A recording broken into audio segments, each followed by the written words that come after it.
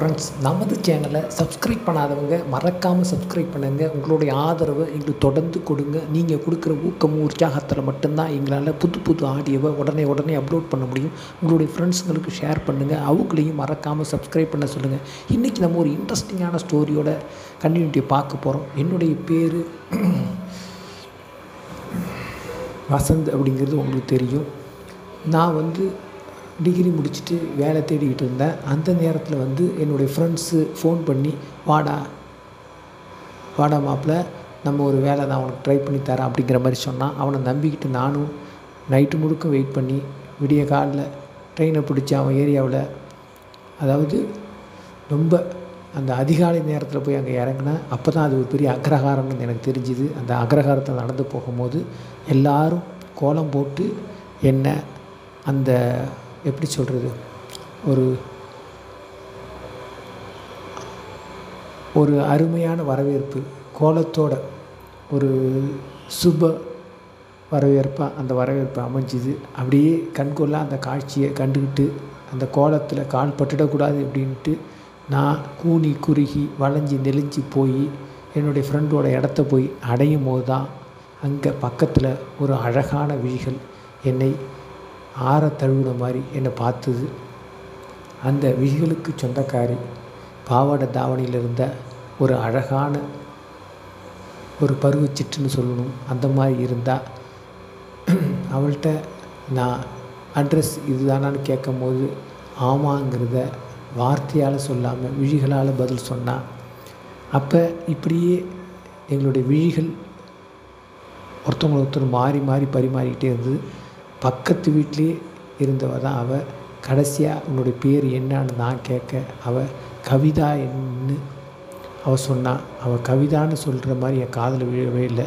இந்த உலகத்துலேயே உச்சபட்சமான கவிதை அந்த கவிதா தான்ங்கிற வார்த்தை தான்ங்கிற மாதிரி எனக்கு ஃபீல் ஆனிச்சு. ஏன்னா அந்த கவிதாங்கிற அந்த வார்த்தைக்குள்ளே அந்த பேருக்குள்ளே அவ்வளோ பெரிய அழகு பதுமை புதைஞ்சி கிடக்கு.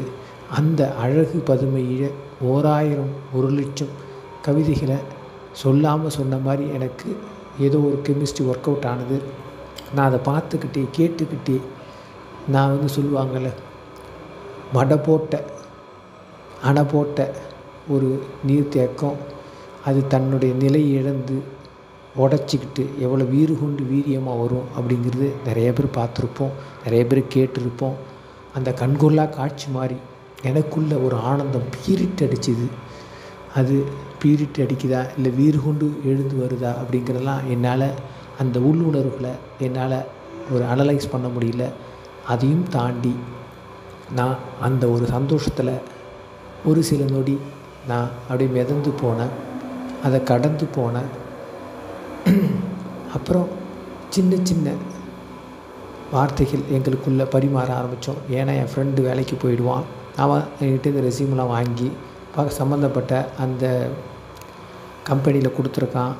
அவங்களுக்கு தெரிஞ்ச இடத்துலையும் ஒரு 5-6 இடத்துல கொடுத்துருக்கான். அதனால் நான் அங்கேயே அவன் கொடுக்குற சாப்பாட்டை சாப்பிட்டுக்கிட்டு அங்கேயே இருக்கும்போது அவள்கிட்ட கொஞ்சம் சொல்லுவாங்கள்ல, வார்த்தை ஒன்று ஆனால் பார்வை 100. என் உதடுகள் சொன்ன வார்த்தைகள் உச்சரிக்கிற வார்த்தை 4ஆக இருந்தால் கண்கள் சொன்ன வார்த்தை 4000 வார்த்தைகளாக இருந்தது. இப்படியே கடந்து உருண்டு ஓடிக்கிட்டே இருந்தது நாட்கள். அது எத்தனை நாள் ஓடுனது, எப்படி ஓடுனது அப்படின்னு எனக்கு தெரியவே இல்லை. கண்மூடி கண் திறக்கிறதுள்ளே 1 மாத காலம். இந்த 30 நாளில் மொத்தமாகவே ஒரு 40 முறை தான் அவளை பார்த்துருப்பேன். அதில் 100 வார்த்தை தான் பேசியிருப்பேன். ஆனால் ஒரு ஜென்மம் வாழ்ந்த அந்த ஒரு ஃபீல், ஒரு ஜென்மம் பல ஜென்மம் அவள் கூட பயணித்த அந்த ஒரு கெமிஸ்ட்ரி இதெல்லாம் ஒர்க் அவுட் ஆச்சு. அவளை எனக்கு முன்ன தெரியாது பின்ன தெரியாது, என்னையும் அவளுக்கு முன்ன தெரியாது பின்ன தெரியாது. ஆனால் எங்களுடைய விழிகளுடைய அந்த வார்த்தை வீரியம் அது 1000 ஆண்டு வாழ்ந்த அந்த ஒரு நெருக்கம், ஒரு பிணக்கம், ஒரு இணக்கம் இது தொடர்ந்துக்கிட்டே இருந்தது. இது ஏங்கிறது எனக்கு அந்த புரிதலே தெரில.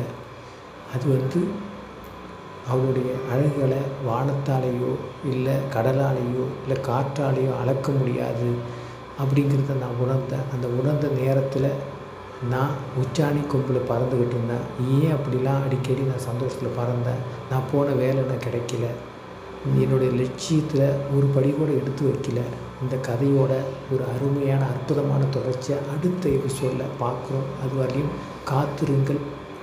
எங்கூட தொடர்ந்து இணைஞ்சிருங்க.